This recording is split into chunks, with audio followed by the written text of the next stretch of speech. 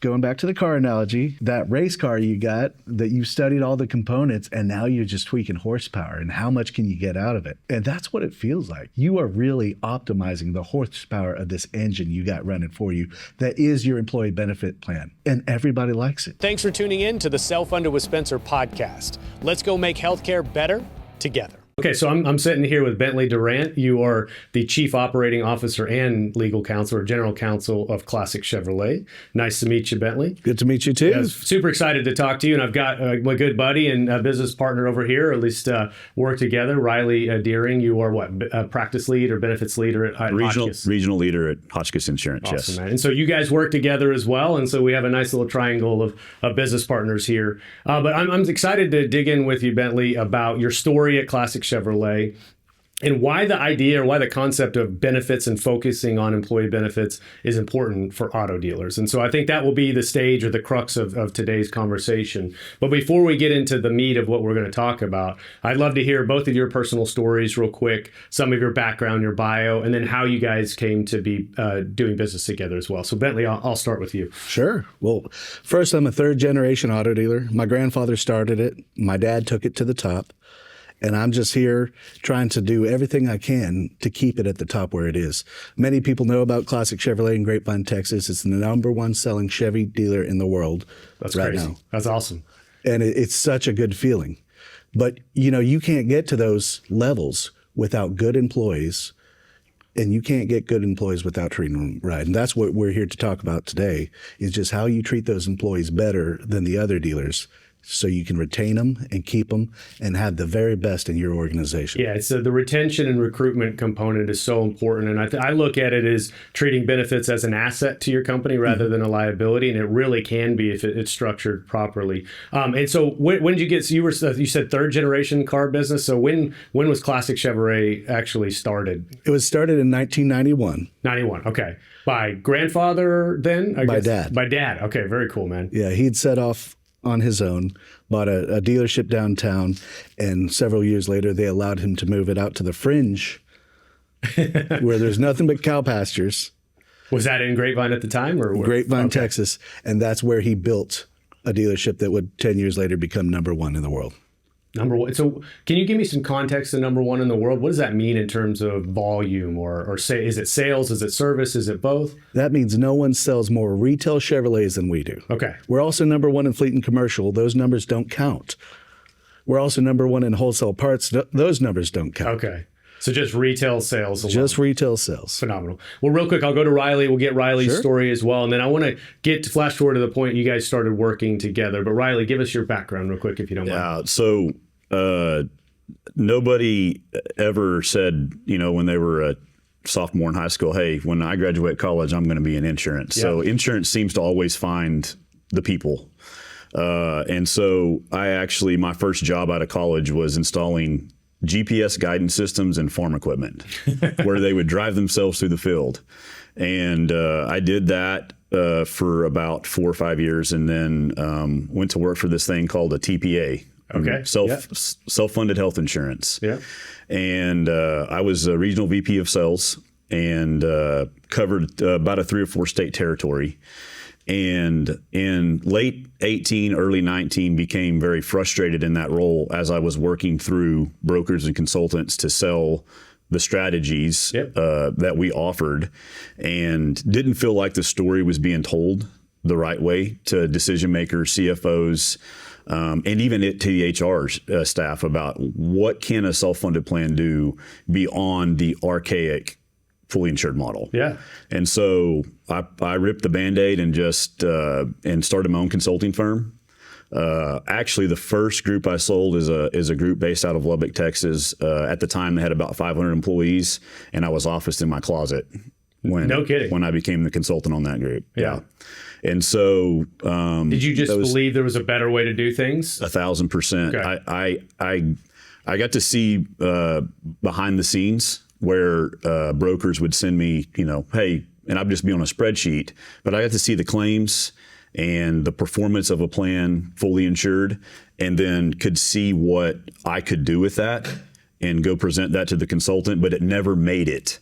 The story never made it to the decision maker. It was more of a I'm putting them on the spreadsheet so that no other consultant comes in and has a chance. So I'm telling you the story the way I want it told, but just focus over here and stay fully insured, because that's easier for me and I make more money here. Yeah.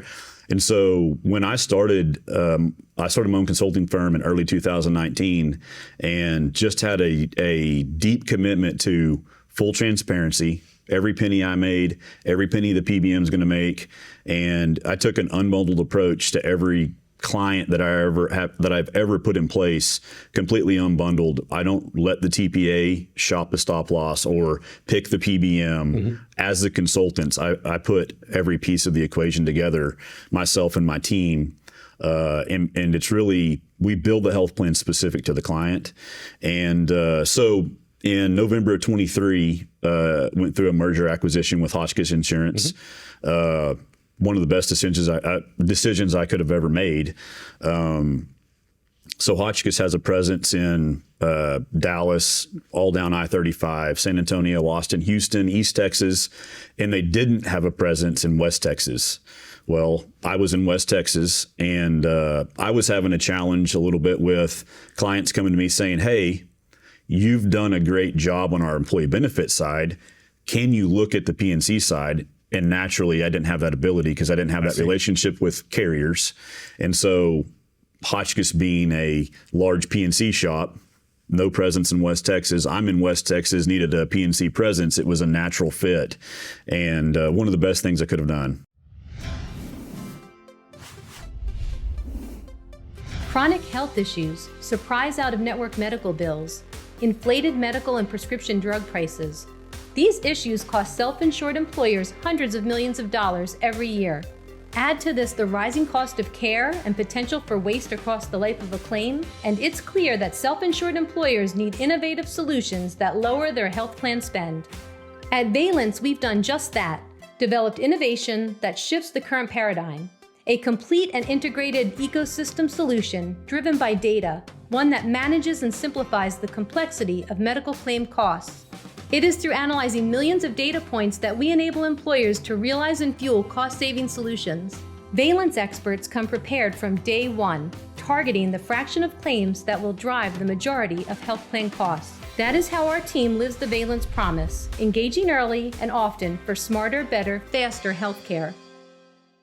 That's all. So you mentioned the story earlier. I think that's there's some technical stuff that I think some of our audience, if they listen to, I obviously know stop loss and TPAs and all that stuff. And I think we'll explain some of those components when we get into Bentley, into your plan. But I think it is the story, Riley. It's like, why should I care about this as a business owner? If I'm running one of these dealerships, why do I want to dig in and do stuff that's a little more difficult, quite frankly, with my health plan? But the goal is to make it better, right? Better for me as a business owner, but better for my employees and the outcomes they're getting. And I couldn't agree more with the whole idea of, if you look and buy on a spreadsheet alone with numbers alone, you're missing the story. You're missing the narrative as to why I should do this. Well, he's talking about the elements of a health plan, and it gets me thinking. No one comes to me and buys a car and doesn't care about what's under the hood or what the tires are like.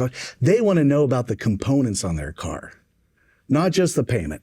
Yeah. Especially if it's some nice sports car that's really going to serve them well. They want to know what goes into making what they're buying. Sure. But in the health insurance industry for so long, we're just looking at the rate. We don't care about what's behind it. What's your TPA? How are you buying your drugs? How are you doing all the things that are critical? What happens if someone gets cancer? We don't talk about that enough in the industry. And we're missing the conversation because people want to know what the components are. Just like they want to know how many V's that engine has, how many cylinders, what's the exhaust system like.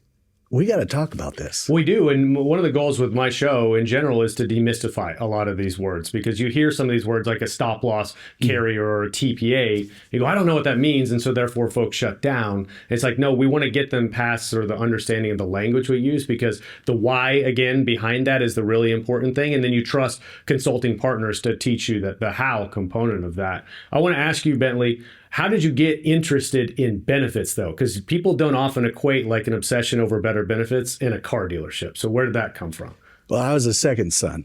Okay. And in a car dealership, when you're the second son and the older brother takes the lead, you find a spot to plug in where you can. And I plugged in early at benefits because it was interesting, it was good, and it took care of the people in a way that really helped me out. I wanted to take care of the people. I knew our employees were the number one reason for our growth and success. And I want to keep investing my time into them, their lifestyle, and whatever I can do to make them better off. And so health insurance was just a natural. When was this? When did you start digging into this stuff? I was about 14 when I sat through my first health insurance renewal. 14 years old. Yes. Okay. Yes. What did you think about it at that time, being a teenager? I was like, this is a lot of big numbers. I got to get some better math to understand what's going on. Yeah. But, you can understand, oh, gosh, we're going to have a 15% increase or we're going to have a 20% increase. And you can understand the conversation. What do we do to keep this rate down? Do we increase the deductible? Do we reduce the benefit? What can we do? This is just astronomical. And so even at that age, I was tuning into something was going wrong.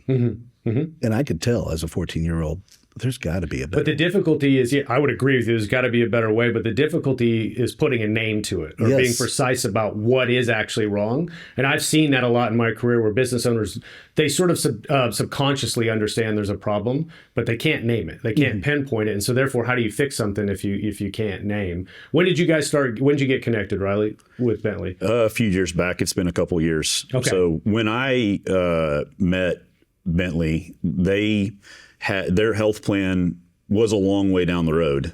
It was no longer fully insured. They had made the transition to partially self-funded.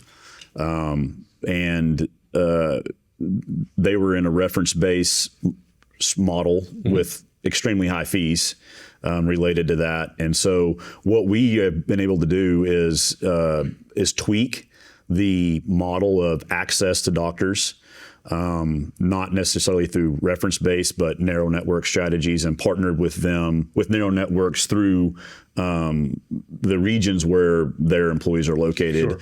Sure. One of the bigger things that we've actually done is we've shored up their stop loss policy. Okay. And so I can go sit down with Bentley, the finance department, and today I could tell them worst case scenario for the renewal 1/1 of this next year. If everything goes completely crazy, I can tell them what it's going to look like next year. Yeah. 26. What is the predictability? It's predictability. It's stabilizing. We can't prevent people from getting sick. We can't prevent that from happening 100%. There's wellness programs. There's things we can put in front of people to make good, conscious decisions day to day to stay healthy, right? But you can't 100% control that. But what we're able to control from a finance perspective and a risk perspective is I can't make it always better, but I can tell you what it looks like well out on the horizon. And there's an auto dealership based out of Lubbock that we just partnered with starting in July. And they're fully insured, had been fully insured for a lot of years, and they're facing a 30% increase, which is $1.2 million. And that's on 700 employees. Yeah. And it's just not sustainable. And after about us being partnered for about 6 months, their employees have a much better benefit. And I'm able to walk into the CFO's office and say, hey, here's what this looks like next year. Because they never knew what that was going to look like until they opened up the envelope and saw. You hope and pray. Yeah. It's just, hey, I got through that renewal. Let's just 12 months later, I'm going to just hope it doesn't look bad. Yeah. And we're just in a different situation now, collectively, from CFO all the way to employee, where everything's just, it's all better. Yeah. and can be predictable. All right, so I want to go back in time, kind of predating what the stuff we're talking about now, and then we can explain some of these things, that the words we keep using. But you were more in a more traditional model, which most business owners probably understand, this idea of being fully insured and buying insurance from one of the BUCA carriers for your health care. Talk about what was going on in your plan at that point, and maybe why you decided this is the breaking point and I want to move away from it. Sure. But I'd like to rewind a little bit and talk about the whole industry in general. Sure, yeah. If you go back and you look at what happened around the time Obamacare came, the Affordable Care Act, I should call it. We ACA, don't need to be political, Yeah. but it did create changes in the industry that we had to acknowledge. Rates started skyrocketing. At the same time, there were sources of information and accountability out there we didn't have before. And so I was just a novice to this. I saw my rates going up, up, up. I saw those 30% renewals, and it was a game. There were about 4 good carriers in Texas, and so you get that 30% renewal, and you had 3 options. You could burn your carrier and jump, and they probably wouldn't bid you again. You could diminish your benefits and try to keep your rate low, or you could pass it all on to your employees. And none of those were great. Well, all those options, if you think about it, make the experience worse for your employees, which is the exact opposite of what you're trying to do. Yes. And you as a business owner are simply reacting to these increases that you're sort of handcuffed to accept or figure out what to do about them. So, how do you think the ACA then sort of caused the sky? I mean, I have an opinion here, but I'd like to hear your opinion, why it caused those increases to happen. I can't speak to exactly why the increases were happening, but I just knew a lot more people with a lot more risk were getting into healthcare and able to access it. And my best guess is the pooled risk brought the entire market down to a high risk level. Do you think that's what do you think is going on there too? Because I think you are correct, and I want to add some flavor to that. The biggest issue that I see is they're dictated on how much money can they make on a percentage basis. Carriers, the BUCAs, which is Blue Cross, United, Cigna, Aetna. And when that happened, they said, okay, well, I can only make a percentage here, but what can I do to actually make more money? Oh, I'll own a PBM. Oh, I'll own all these vendors, and they didn't say they couldn't make more money. And so the premium dollars I get here, I'm sending over here, and I'm making more than my percentage here. But here I'm still making the percentage that I'm allowed to make. Yep. That's the biggest issue that I see in the fully insured world is there's no checks and balances on that. What I think, so you're a business owner, right? If your profit margin is fixed as a percentage, how can you make more absolute money? Riley mentioned one way, which is have separate businesses that aren't constrained by that profit limitation. The other side of the equation is, well, if increases to the expenses justify increases to my premium year after year, well, as those creep up, my premium goes up, and in absolute terms, I make more dollars as well. And so they actually have a couple different ways that they benefited directly from those limitations from the ACA. And I think people don't quite understand that that's a big driver that sort of enshrined increases to premium over time. And so you're left stuck, right? You're having to respond to that. And so how did you respond in the early days? Were you moving carriers? Were you making the quality of the benefits worse? What'd you do? He talked about PBM, and that's pharmacy benefit managers. Yep. And that was our first surprise. We think we got the medical under control, and suddenly our pharmacy spend skyrockets to 25% of the plan. On a healthy plan, a pharmacy spend is about 20%. It can even be lower. But when we saw it skyrocketed and these new drugs coming out that cost $80,000 for a script, it blew our minds, and it blew our plan up. And then we were in another 30% increase. Yep. So we were still learning and catching up on the market. But then some people started coming along and saying, hey, have you heard about this reference-based pricing stuff? And they were all nuts. I got to mention, the first people to come to me were a little bit nuts. They were not the guy that you trust with your business.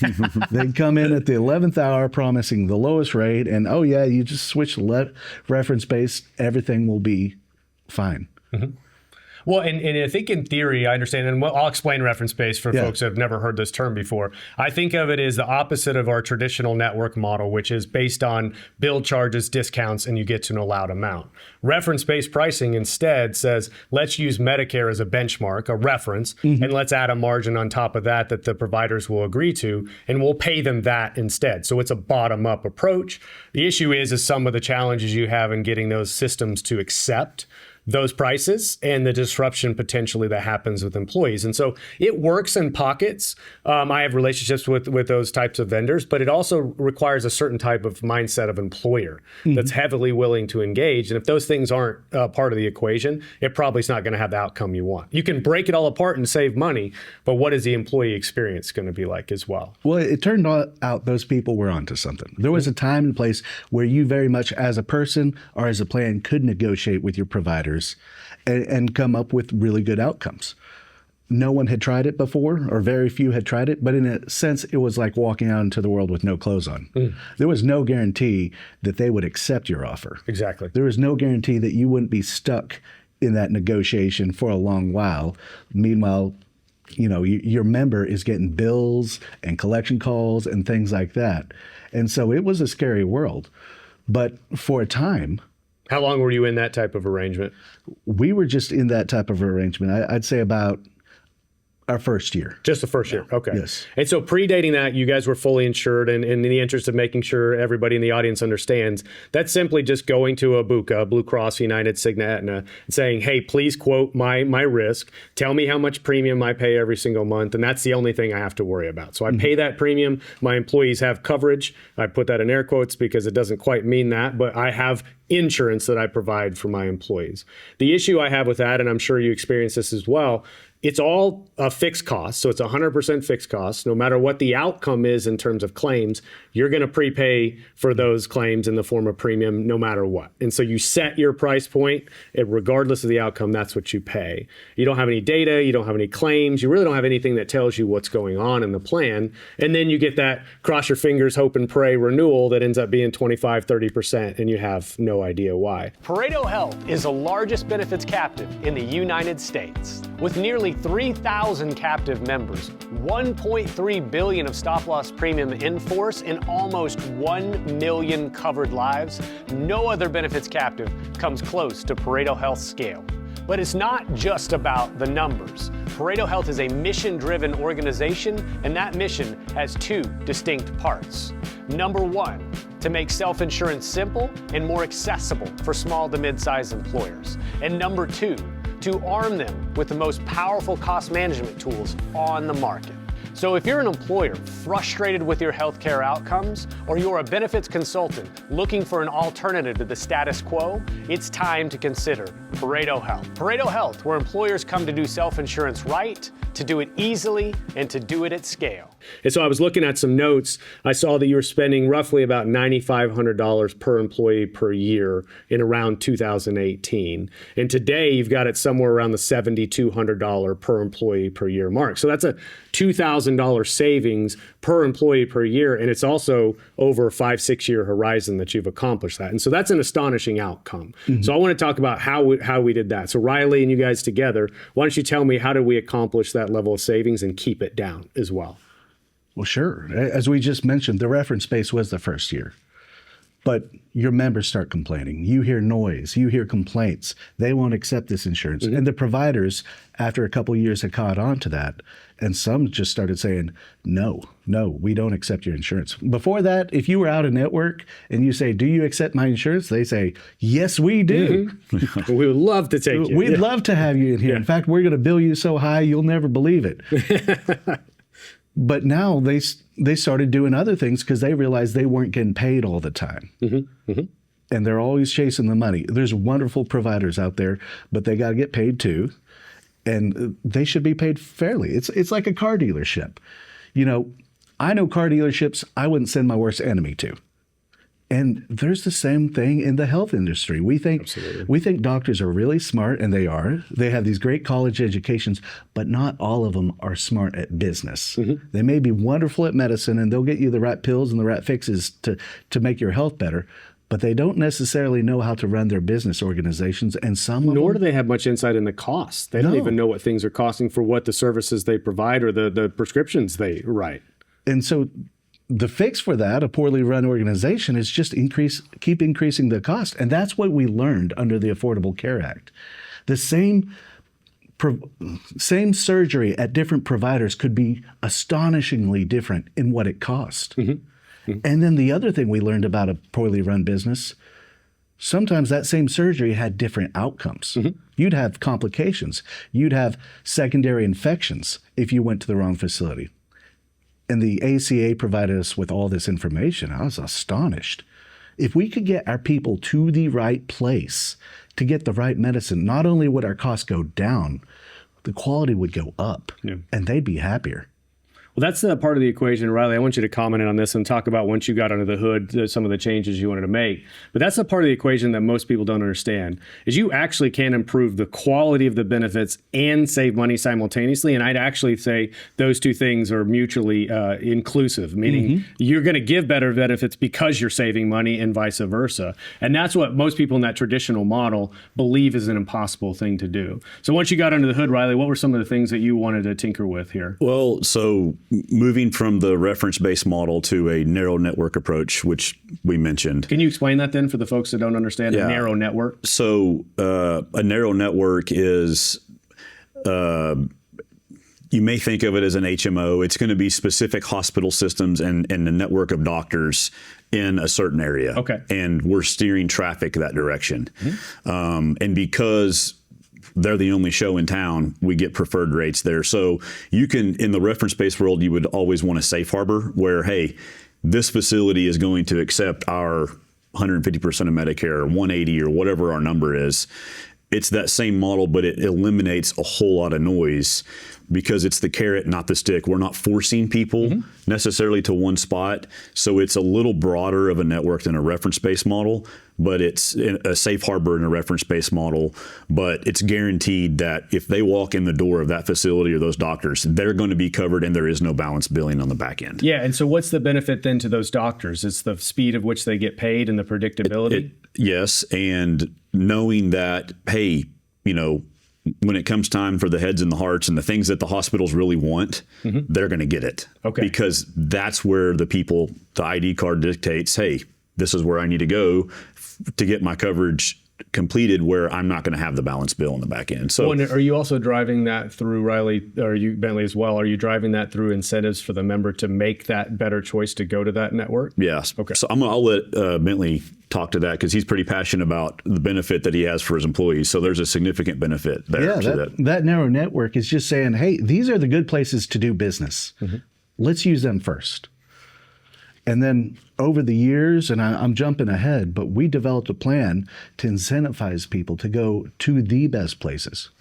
We got rid of copays. That just hurts people. You don't need we got rid of deductibles and went just to copays. You don't need some $3,000, $5,000 deductible keeping you from going to the right place. Let's just share the cost a little bit. Make it's cheap enough for you that you can get the medicine you need, but you're not incentivized to just go anytime you want when you don't have a serious complaint. And so it's been a good setup for us. Well, it's the benefit to employees that I really like, because you think about what's premium to an employer, their contributions they pay, that's their first deductible because it gets deducted from their paycheck.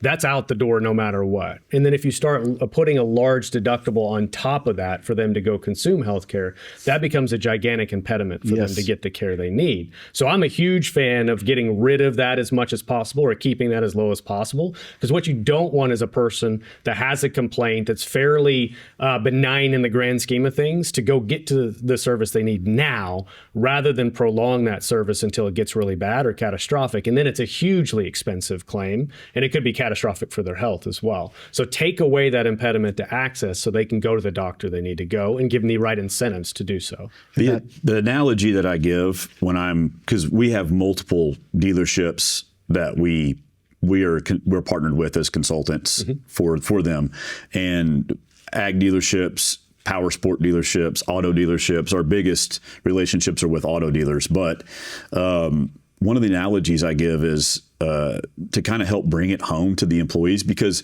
educating the employees is extremely important. Hey, you have a significant benefit here. You can't go very many places in the world and have a health plan where you don't have a $3,000, $4,000, $5,000 deductible, because there's been this cost shift for so many years to the employee to keep the rates low.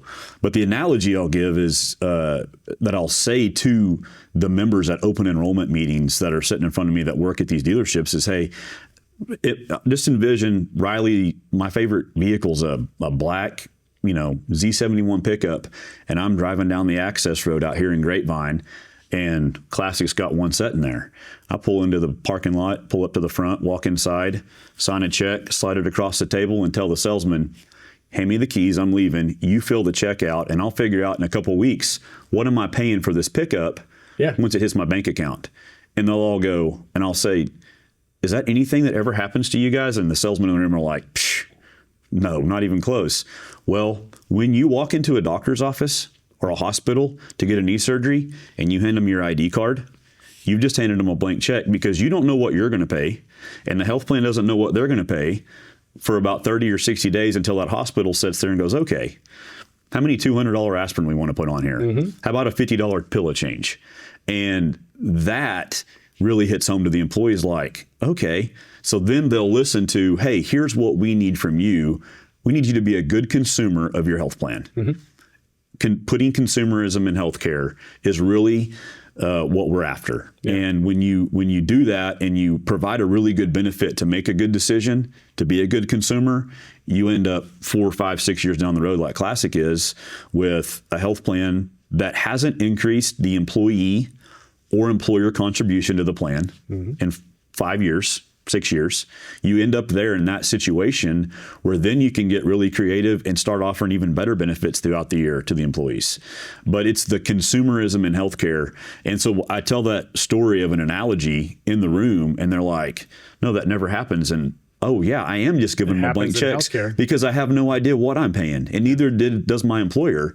And building a health plan the way that Classic has it built is we're really taking that out of the equation because we know on the front end, we're steering traffic to doctors and facilities that are going to be transparent. Well, and that's real consumerism. It's like the high deductible health plans of old, the HSAs. The idea was people would be better consumers because now I have more skin in the game, more cost, right? But all that really did was delay care and make it harder for them to go to the doctor. Well, and it made the facilities start chasing money. Now they're chasing $6,000 from employees, and we're able as a health plan, Classic, to say, provider, we're paying you.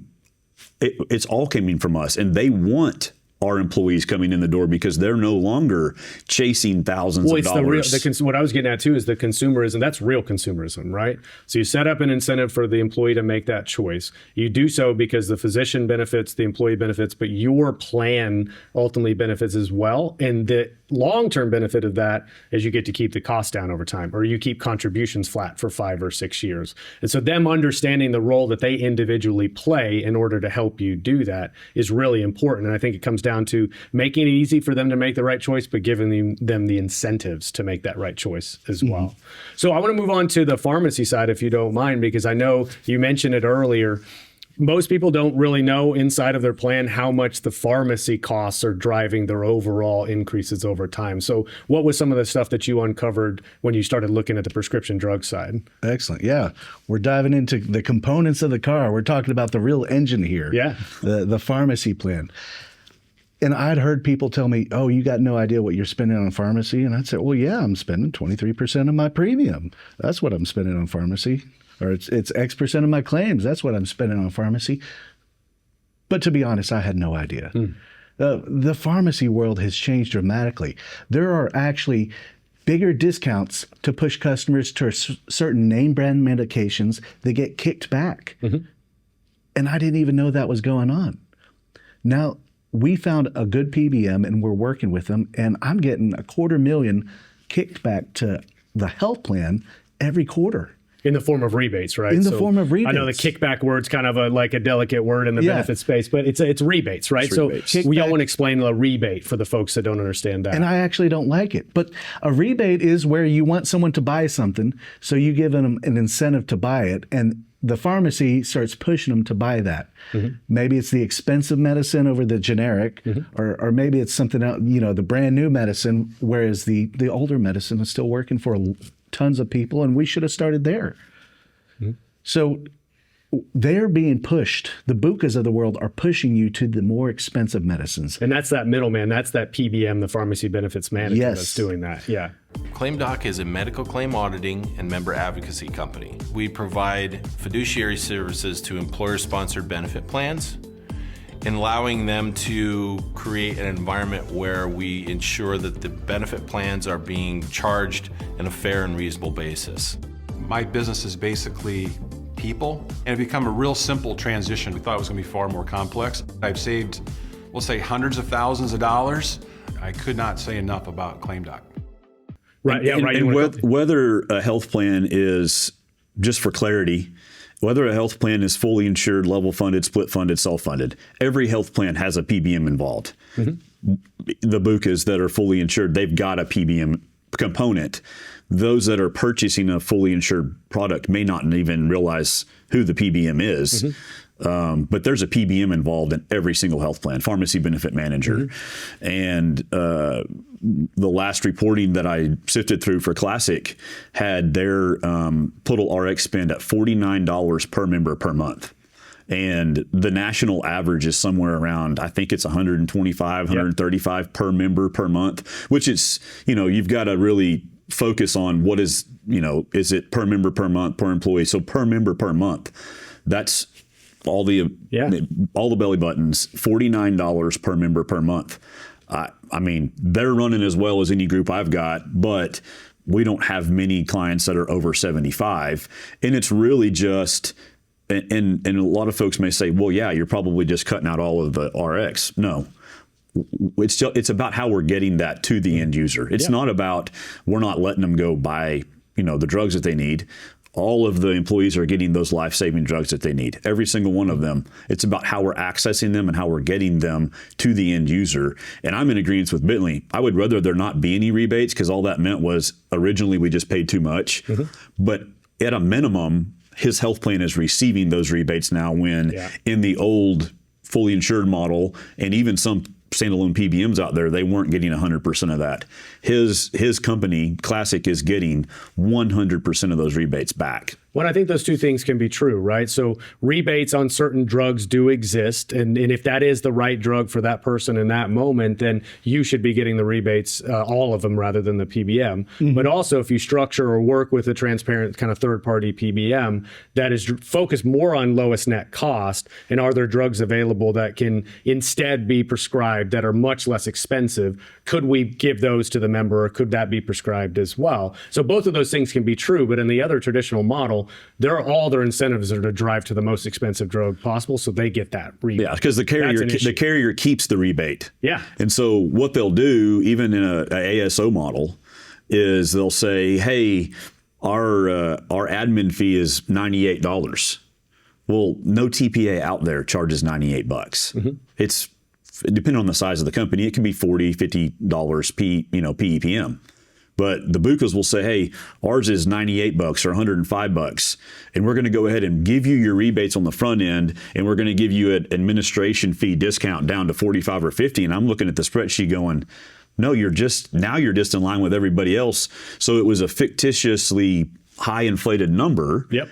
And then they said, you're going to get these rebates. Well, their cost was always down here at the $45, $50, and then they're keeping all the rebates. Mm-hmm. And that's where, when you completely unbundle a health plan, and as a consultant are able to go out and say, here's my TPA partner, here's my PBM partner, here's my stop loss partner, mm-hmm. and we're going to pick our TPA based on what network strategies we need, based on where our employees are, and then we're going to build this health plan from the ground up.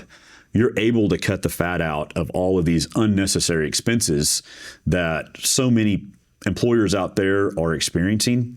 And in the end, it's the people that are negatively impacted. It's the people all around us that we see every day are negatively impacted by what happens from the top down. My passion lies in just helping the people. It's because in the end, we make such a huge impact. Well, and speaking of the people, Bentley, did you want to comment on that real quick? I feel like you did. Yeah, it's coming up, a classic car dealer tactic. Okay. You want to look like you're charging less than everyone out there, but you're actually going to charge more. So you take that truck and you lift it up. You put some big old tires on it. You put a 5-inch lift. It's bigger than every other car on the road, and people like that. And then you say, well, hey, that's going to cost you an extra $20,000 more than the MSRP. So instead of MSRP, you're paying MSRP, but plus 20. But I'm going to give you an additional $10,000 off this car that no one else has on the regular cars. So instead of just the $5,000 in factory rebates, you're getting $15,000 off. it's almost free to you to get the lifted truck, right? Right. No, I'm gosh, sold. Yeah. it's costing way more than anything else, and we just inflated the price to show you a rebate. Yeah. And that's the same thing the PBMs were doing, or the drug companies were doing with the PBMs. They inflated the price to show a bigger rebate than actually existed. The employee experience, right? I think you've touched on a couple things, right? So getting rid of deductibles, which I think is amazing. But like, talk to me, because I'm sure some business owners that might be listening to right now go, this all sounds awesome, but like, what does it mean for my employees? Are they going to hate it, or is it going to be hard for them to understand? So can you give us some insights of how your employees have been impacted by these changes? When you get with someone like Riley, who actually knows what's going on, you don't have to take the same experience we did. But we learned on our own. I didn't know anything about this before I started. You heard my learning curve about the ACA and all that. So we kissed a few frogs. We partnered up with some people that didn't turn out to be the right partners for us. And then we had divorces and the mess.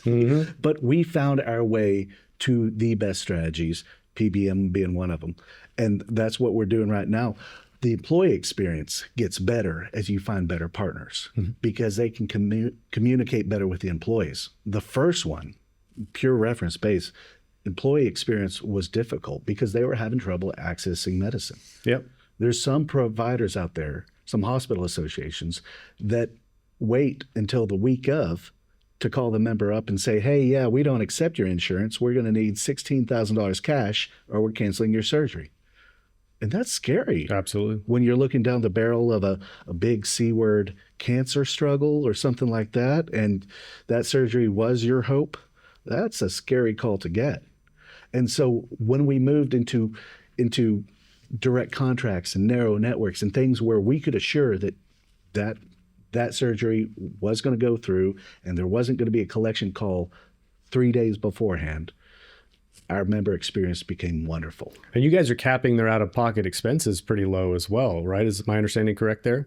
Somewhere around like $500 or something for an inpatient surgery? Yes. Yeah. That's crazy. So just so people understand, or free, right? But $500 is sort of a maximum I would have to pay in a situation like that. The peace of mind that would provide, right? And that's not going to make me have to make a decision, well, I really need this surgery, I need this intervention. I just can't afford it. I'm worried about going bankrupt. A $500 cap, still is a decent amount of money, but comparatively, really small amount that you're asking them to pay. And so that peace of mind's got to be awesome for them. When you start layering in the components and really taking a dive in, it's cheaper to us to incentivize someone to get their surgery for free in certain networks. Yep. So in certain networks, you get free coverage. Certain types of cancer are covered for free. That's and cool. the employees love that. And their rate of utilization goes way up. Well, but people would presume, if you give them free out of pocket, that, it must mean there's going to be a lot of people running to the doctor and your claims must be going up, right? And that's actually not true. I see you shaking your head. So just a few examples, and these aren't just pie in the sky things. Members that their cancer treatments for a year would be $600,000. Classic might pay $250,000 for that. Well, they just saved hundreds of thousands of dollars because the member made the choice to access the brick and mortar buildings that we've asked them to access. They're getting the same treatment, but because they accessed it there, the company saved hundreds of thousands of dollars. Why wouldn't you pass that on and add the reward to the member is you don't pay? Not all cancer treatments can be included because there's some of them that are certain creams and ointments that, maybe aren't, but a good majority of the cancer treatments that any Classic employee has is free. Well, do you ever get the reaction though that, you want me to go there? Well, that must not be as good a doctor. Do you ever get that? There's a quality component that they have to meet a certain quality matrix or we won't talk to them. They won't be in that They network. will not be involved. Yep. They have to meet a certain quality matrix. And that's not just cancer. That's if there's any, MRI, CT scans, PET scans, colonoscopies, shoulder surgery, elbow surgeries, any of those type of things that we're pre-negotiating on the front end for the member, non-emergency. If the doctors and the hospitals don't meet a certain quality matrix, they won't even get a phone call and get a chance to negotiate. They don't even talk to. You can't cut out quality. Yeah. The most expensive surgery you're ever going to buy is the one you buy twice because the first one didn't take. Well said. And I've dived into claims and I've looked at that. And I'm sitting there going, okay, the first doctor didn't do such a great job, and you're begging me to go back to the same doctor who performed it poorly to try again? Let's get a better doctor. I'm sure there's one out there. Yeah. Yeah, most people think, oh, I must be having to get my prescription medicines out of the back of somebody's car in an alleyway or something to that effect. And gosh. It's actually the opposite is true. I think actually we've got data that shows the majority of the time lower costs actually equate to better outcomes and better quality because they can repeatedly do the same surgery without those complications or the revisions that might be necessary if your quality is poor. Yeah.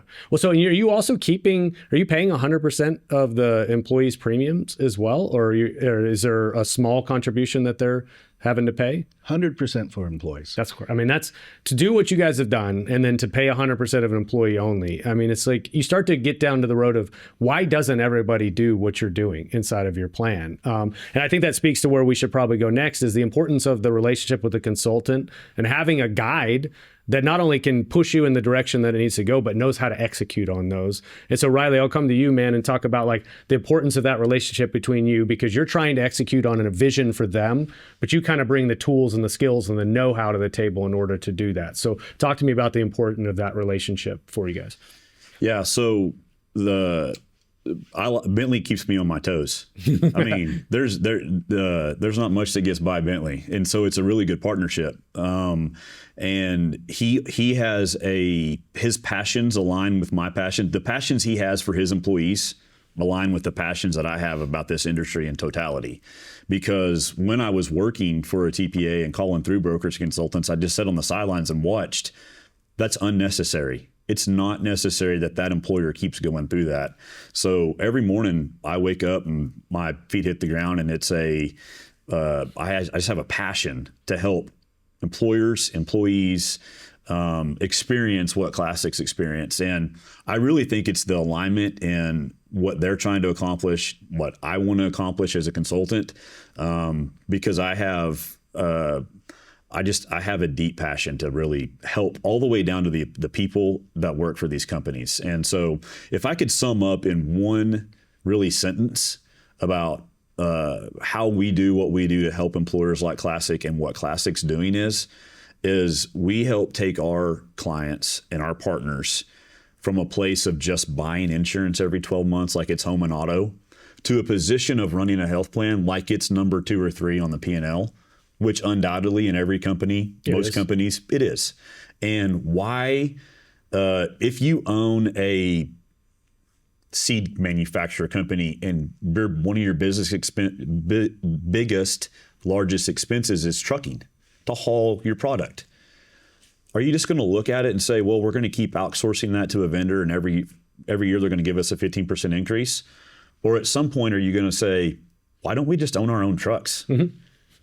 Maybe that makes more sense. Yeah. And in the world of healthcare, it's why are we just accepting 15% increases or 5% this year, 2% this year, 20%? But what never happens is when your plan starts running well, you don't ever see the carrier come back down here. Yeah. Right? Having spent years working alongside healthcare leaders, brokers, and employers, I know how overwhelming healthcare can feel for our customers. We've all been there. Those renewal conversations that never seem to get easier. Rising pharmacy costs and medical costs, and no real transparency into where healthcare dollars are going. That's why I'm excited about Nomi Health. They're not just fixing the old system. They've rebuilt self-funded benefits from the ground up. With Nomi's network, you can offer something truly different. No copays, no deductibles, zero out-of-pocket costs when members see a provider. It's the kind of benefit that makes everyone ask, why hasn't healthcare always worked this way? Ready to bring your clients something different? Visit nomihealth.com and see how Nomi is rebuilding healthcare, one employer and one community at a time. So has their stop loss fluctuated over the last 5 years? Yeah. Single digit percentages, which is very low percentage of overall plan spend, right? Yeah. Like we're kind of digging into the weeds there, but the overall cost of the plan year after year has actually gone downward where they have reserves sitting there in their claims account that they could have multiple years of it not be great. and still not change the cash flow from the company, the dealerships, or the employees, which really gives us a good stable position.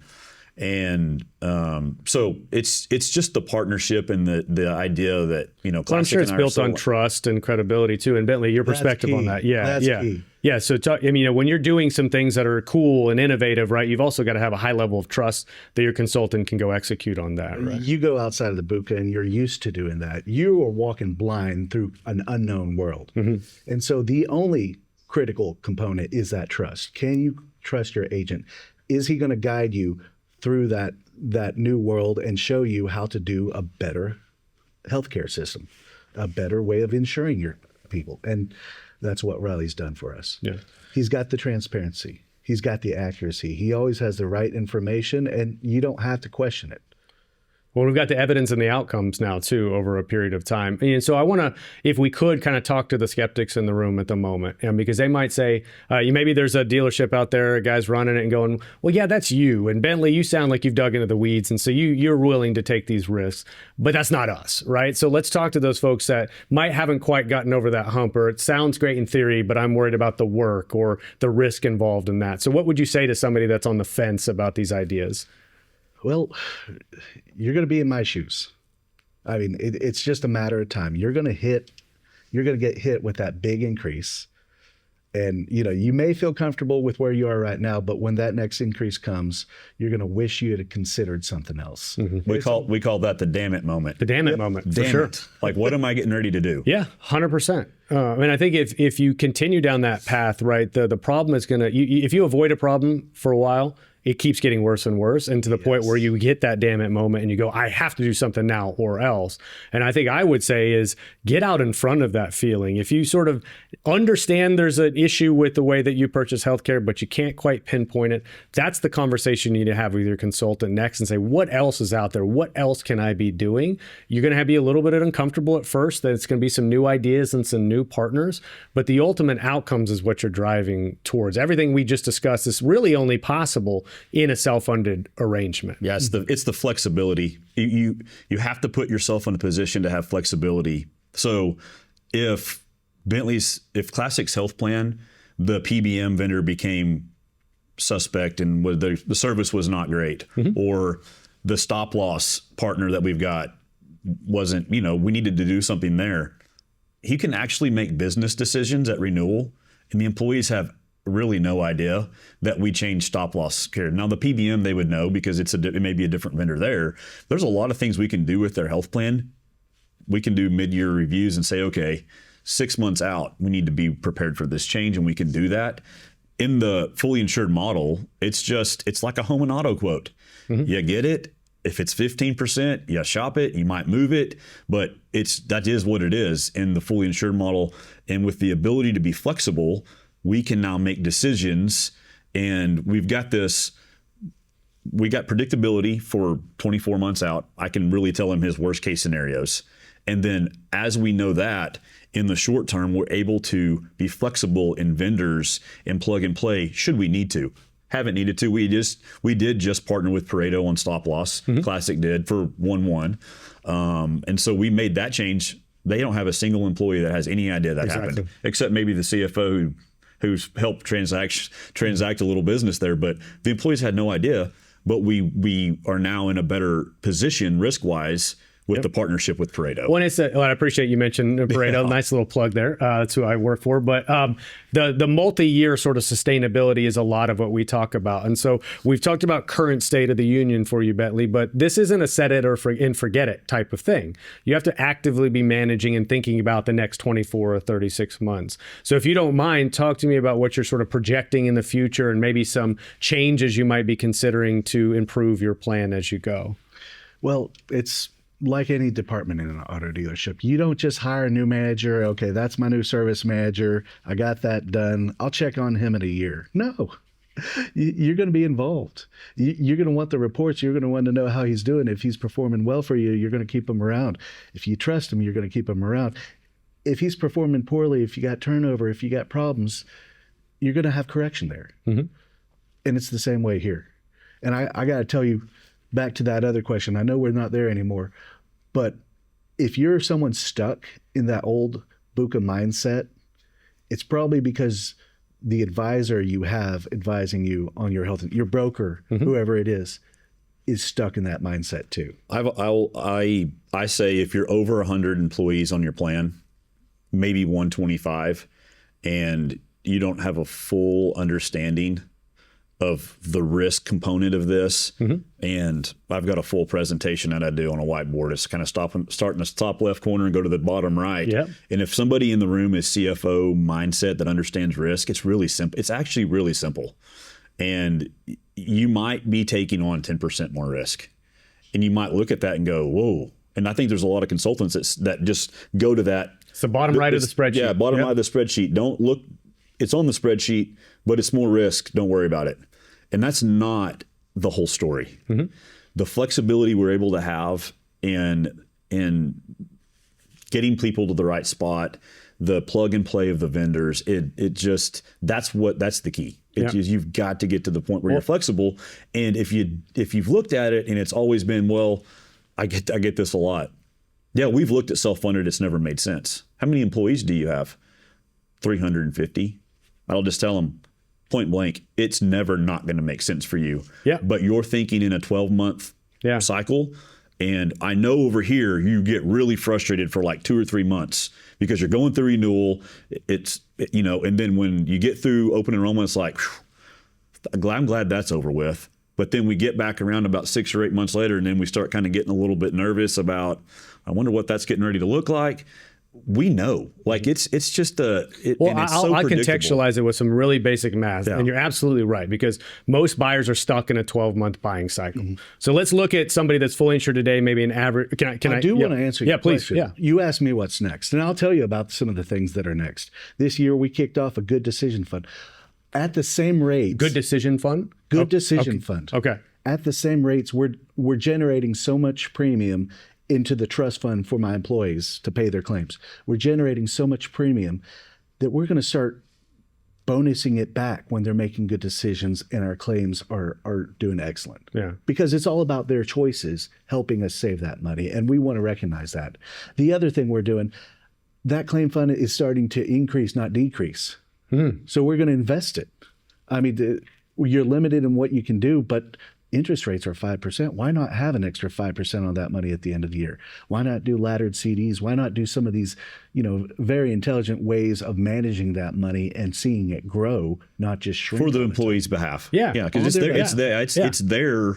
That money's there to benefit them. Absolutely. So what can we do to be creative in the confines of the law, obviously, be creative to continue to help benefit the employee beyond and that may be that might be something that's so outside the realm of like normal understanding of benefits, because what you're talking about is your plan has performed so well that you've built up so much in reserve dollars that you're actually bonusing the employees back, saying thank you, and you're investing. Those are your dollars that you've now retained inside of your health plan rather than giving away to a carrier as profit. And the better you do it over time, the more that reserve base can grow as well. It's a completely different story It's than most companies are having related to their health plan. It's like, it's just nonstop increase, worse benefits, cost shift to the employees, disgruntled. Their story is the complete opposite. Yeah, that's so cool. Every aspect. And we're not having to increase. I've said this 2 or 3 times, but it's important. Not only is that happening, but it's not happening because every year Bentley contributes $1 million more. The cash flow from the company and the employees into the health plan in the last 5 years has not changed. Cool. That's great. Well, so why don't we, did you want to add one more thing to that? There's so much more than I know. It's like I want to cover so much ground too, but yeah, go ahead. But we'll have an annual conversation about different methods, different strategies. Maybe it's getting this segment of the population that's on this med, see if we can get them over here. And there's always a number associated. So we're going to save $96,000 if we just make this one little tweak.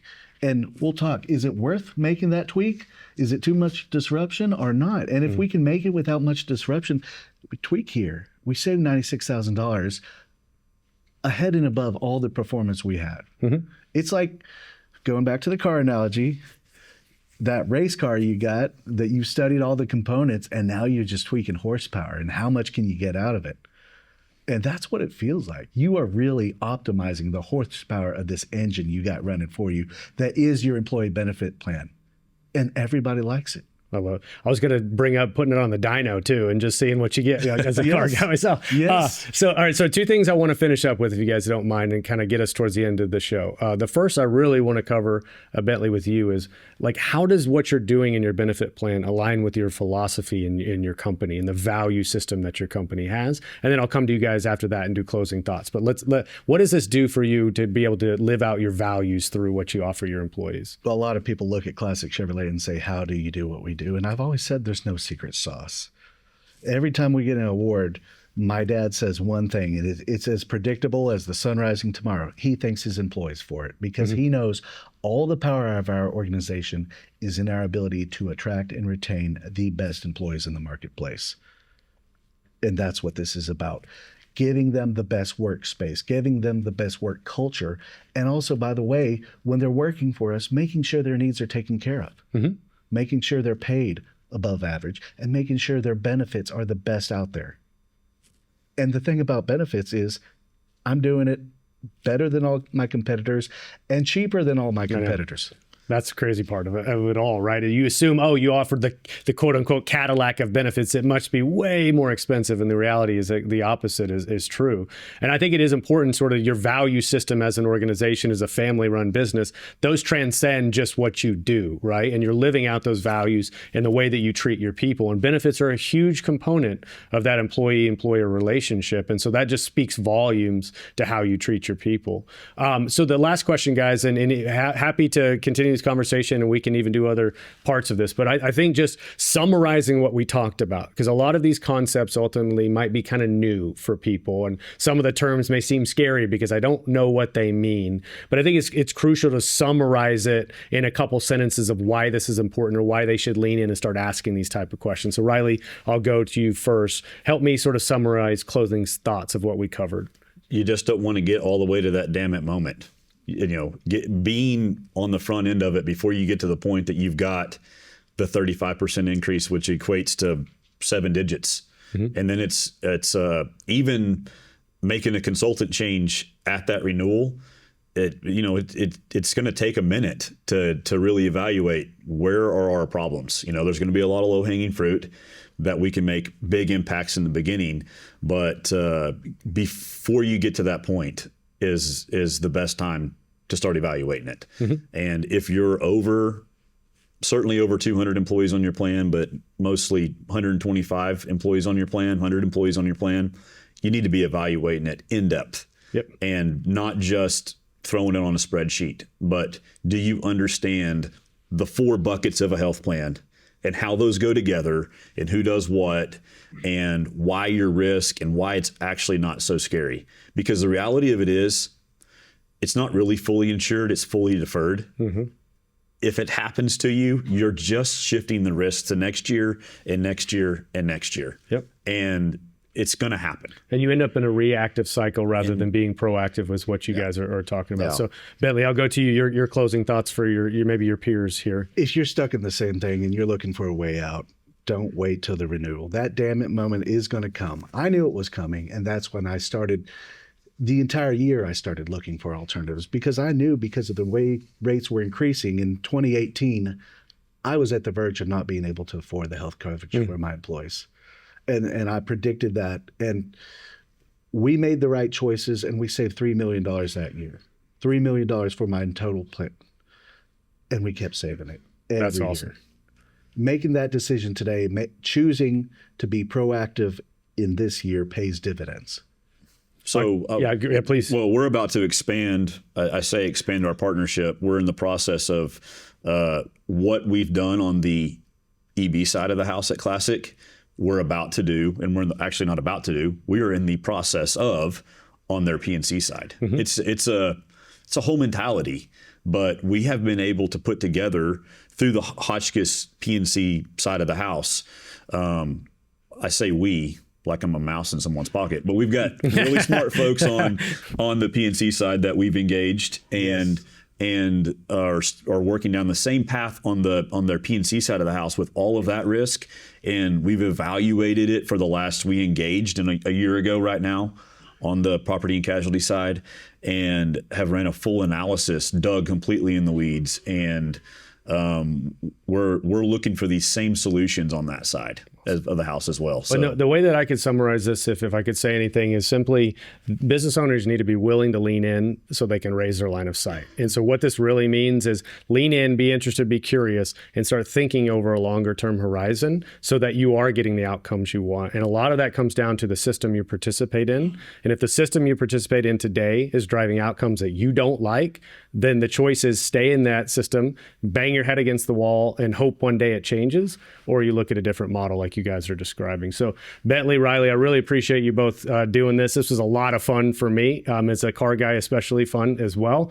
Don't hold it against me. I'm more of a Ford guy than a Chevrolet guy. But regardless, I appreciate you both and really thank you for coming on. Yep. Well, thanks. Thank you. Bye.